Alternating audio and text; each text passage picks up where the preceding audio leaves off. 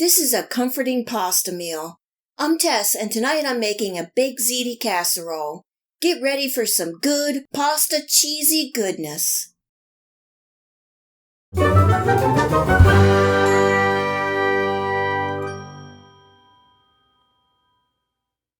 are several ways you can make baked ziti, but tonight I'm making it like a lasagna where I layer the ingredients. You can also mix the ricotta cheese in with the ziti and sauce before baking. I've also used cottage cheese or a combo of ricotta and cottage cheese.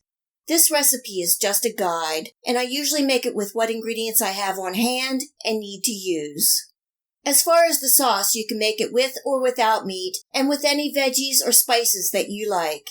You can also use your favorite brand jarred sauce. Tonight I'm making my meat sauce that I use for spaghetti, and I'll leave a link for that video recipe here and also in the Show More section below.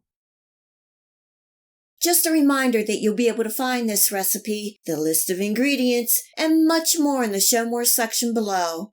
I've also included links where you can purchase online some of the ingredients and equipment that I use in this video recipe.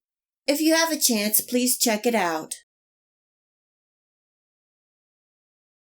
I cooked my ziti just a couple minutes shy of being done because it'll finish cooking in the oven. Once my sauce is done, I'm adding in the ziti and giving it a good toss. For my cheese layer, I have some ricotta cheese, and I'm adding in 1 egg, salt, black pepper, parsley, and if you have fresh, that is the best, garlic, and onion powder. Also adding in some mozzarella cheese. You can also use Parmesan cheese, giving that a good mix.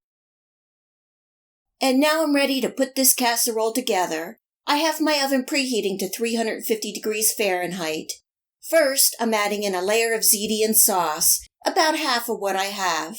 This sauce will help coat the bottom and prevent any sticking, just leveling out. The next layer is the ricotta cheese mixture, and I'm using it all. I put some spoonfuls on top and I'm gently spreading out over the top. Just take your time, there's no right or wrong here. Just do the best you can. Now I'm adding on the shredded cheese. I'm using a combo of mozzarella and sharp cheddar. This is another layer that you can use what you have. I usually add Parmesan cheese but didn't have any. In the past I've used all cheddar or even Velveeta is good. On goes the other half of the ziti and sauce and leveling out. Finally, you guessed it, more cheese. Baking at 350 degrees Fahrenheit for 30 to 40 minutes.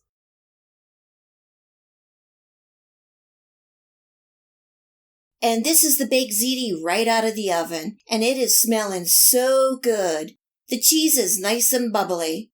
Going to let this cool for about 10 to 15 minutes because it is piping hot. This baked ziti casserole is easy to make and it'll feed a hungry family. Lots of flavor and cheesy goodness. Serving tonight with a side of Amish cucumbers and onions and some toasted garlic bread. I hope you give this baked ziti casserole a try and enjoy. If you like this recipe, please hit the like and subscribe button. Remember to hit the bell next to the subscribe to make sure that you get my future video recipes.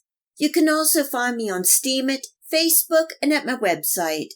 Feel free to share this recipe and my channel with your friends and family. And until next time, much love!